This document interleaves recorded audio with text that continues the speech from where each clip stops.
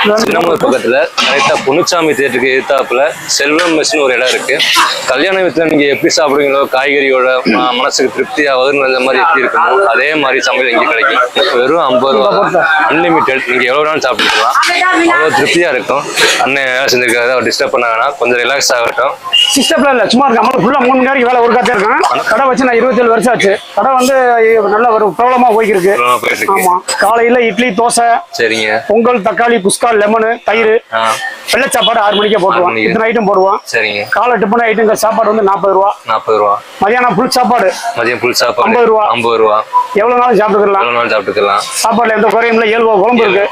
Chicken குழம்பு இருக்கு, முட்டை குழம்பு, மீன் குழம்பு, புளி குழம்பு, கருவாட்டு குழம்பு, தயிர், மோர் அவ்வளவு இருக்கு. வருமானம் எங்க 2 அளவுக்கு பரவாயில்ல. அடுத்த விட போய் வேலை வாங்குறது எங்க 2 அளவுக்கு. அடுத்தவங்க அளவுக்கு தனியா வேலை வாங்குறது எங்க ஒய்ஃபுக்கு எனக்கு சம்பளம் இருக்கு. இது ஒரு புதுச்சேரியா செஞ்சுக்கிறீங்க. சம்பாத்தியத்துக்காக வேண்டிய சேலை என் பிள்ளை ஊட்டி எல்லாத்தையும் கட்டி விட்டு கரெக்டாச்சு.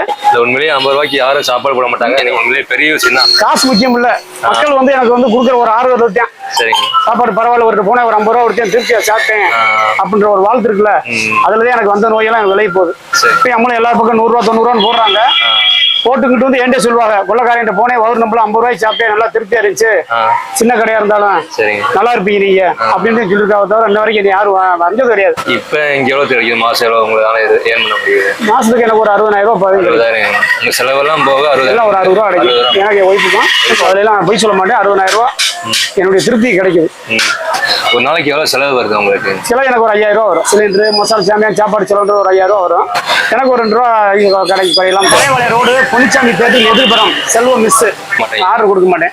வாரவங்களுக்கு திருப்தியா சாப்பாடு கொடுப்பேன். 50 ரூபாய் தரமாவே கொடுக்குறீங்க. சாப்பாடு மாதிரி இருக்கு.